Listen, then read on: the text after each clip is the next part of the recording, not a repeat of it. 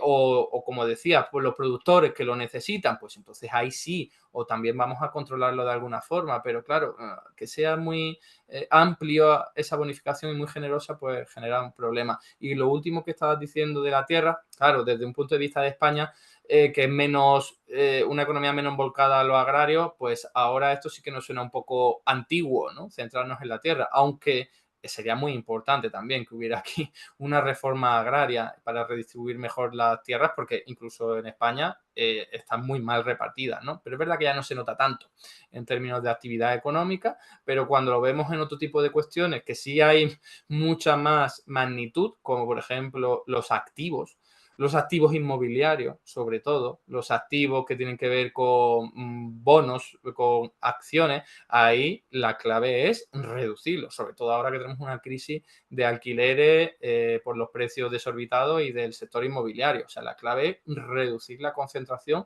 que no solo, insisto, es injusta, eso lo ve todo el mundo, sino también ineficiente en términos económicos. Así que sin conocer, insisto, pues las características de la economía boliviana, estoy seguro que repartiendo mejor la renta, perdón, la tierra, se genera mucha mayor eficiencia en lo económico. Muy bien, muchas gracias. De hecho, eh, aquí los bonos sí han tenido un impacto positivo. Es decir, las transferencias directas eh, que hizo Evo, por ejemplo, sí hay literatura que lo apoya.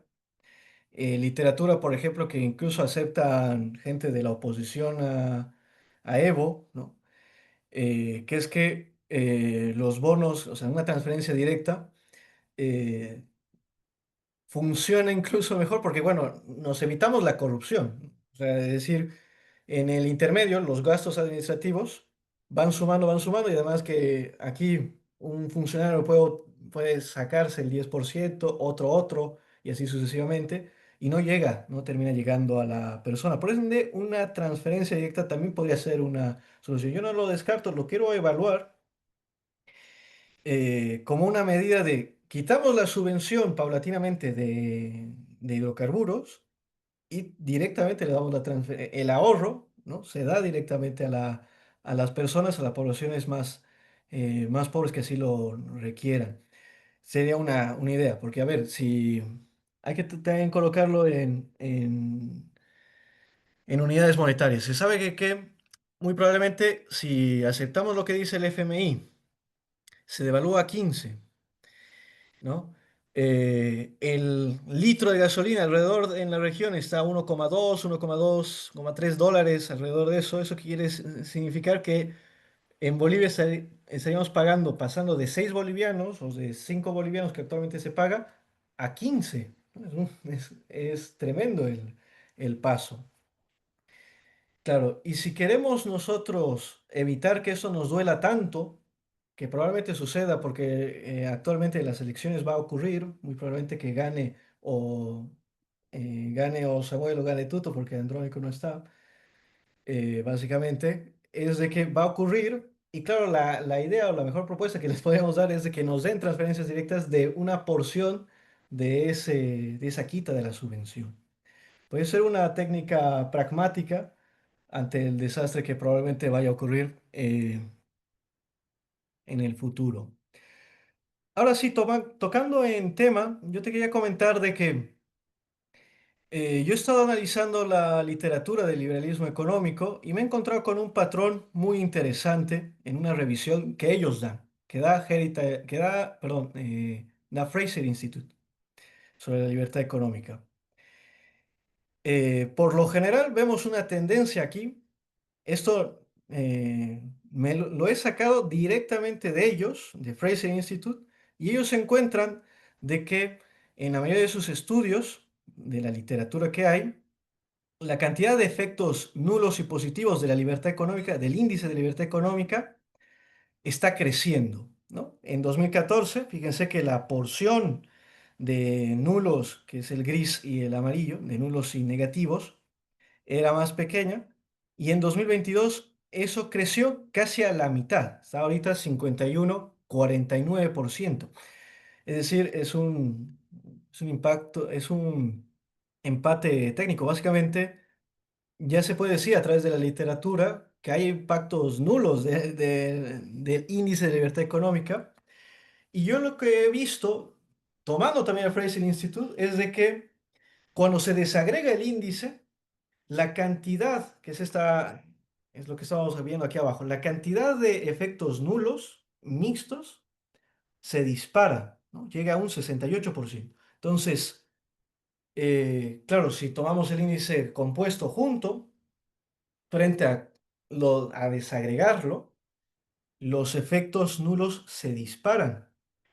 Y claro, yo también he estado viendo de que hay un fuerte sesgo de publicación en los estudios de ellos, ¿no? Del índice de libertad económica, porque 20 autores tienen 20% de los estudios, 20 journals, y además reúnen el 20%, o un poco más del 20% de, de todos los estudios, y además que en este caso son positivos, de los casos positivos.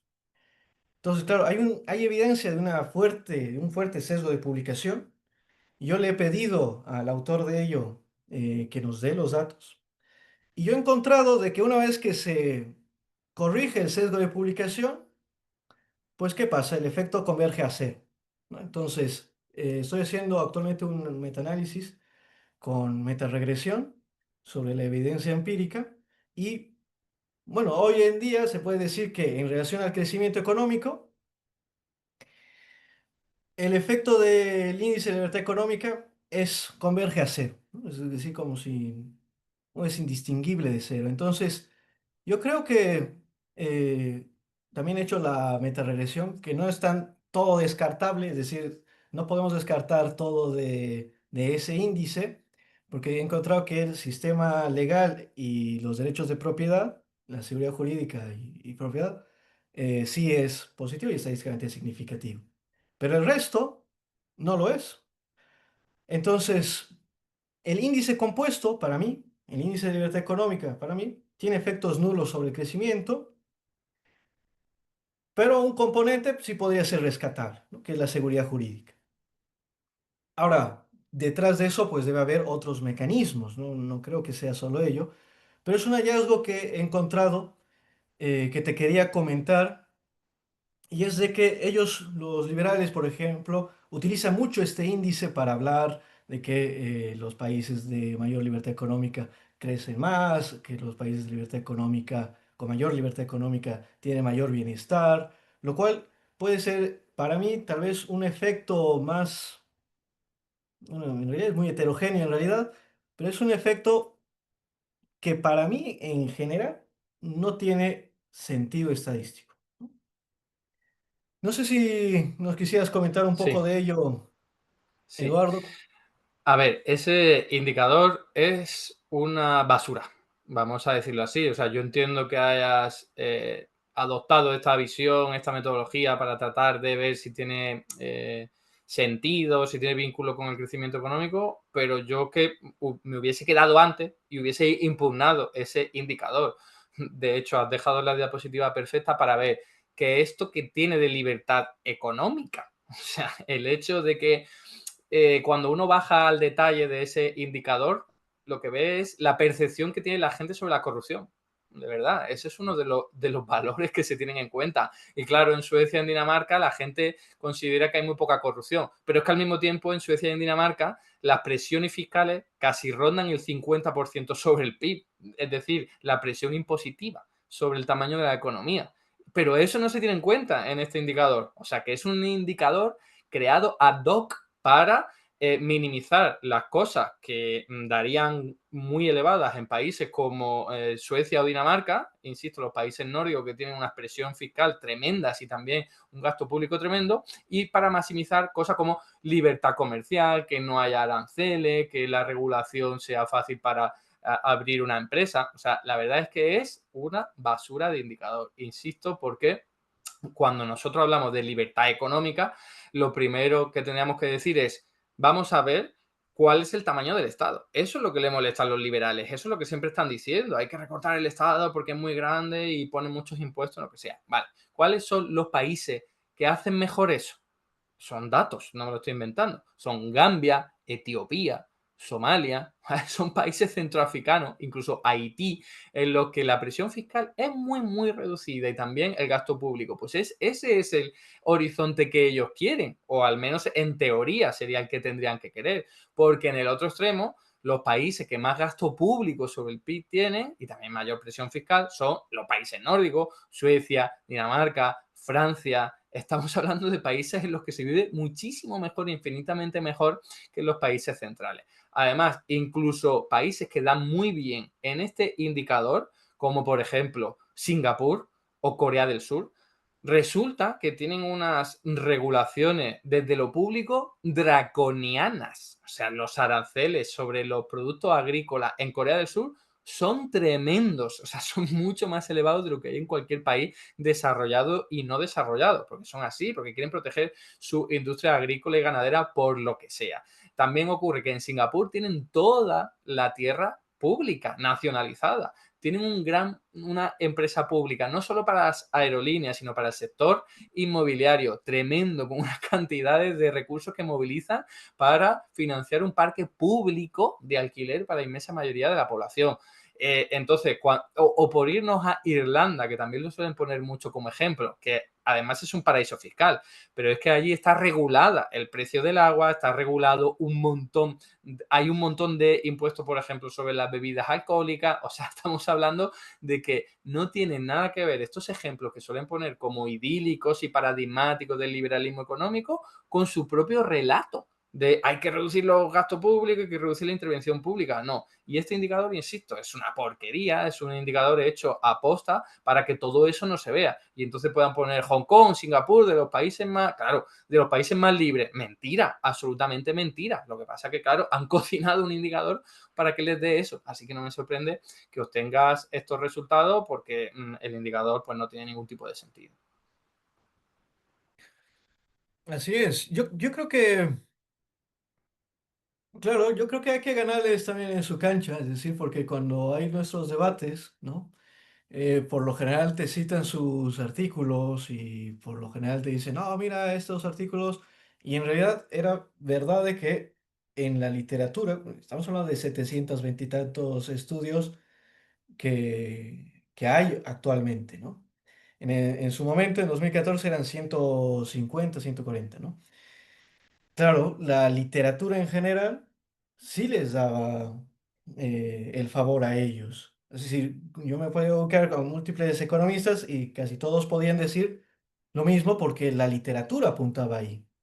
Yo creo que actualmente, ¿no? Es decir, ya en términos de cómo se está ganando en cancha en la academia, ¿no? El hecho de que en 2014 sean ese porcentaje y en 2022 se hayan disparado los nulos y negativos, para mí quiere decir de que académicamente ya no van a tener asidero donde meterse, porque yo pienso de que, de hecho lo tenía en un modelo, ¿no? Cada vez de que pasa un año, pierde efecto ese indicador en el crecimiento. Cada vez que, o sea, cada vez que nosotros mejoramos en metodologías, nosotros mejoramos en econometría, a la vez que nosotros ampliamos nuestro conocimiento, pierde efecto este mismo índice. Y está bien que yo concuerdo con Eduardo en que el indicador es muy malo y que tiene muchos cisnes negros, como bien los comentaba,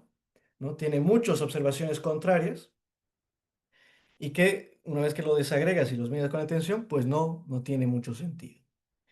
De hecho, yo he puesto que el efecto promedio se vuelve estadísticamente indistinguible de cero,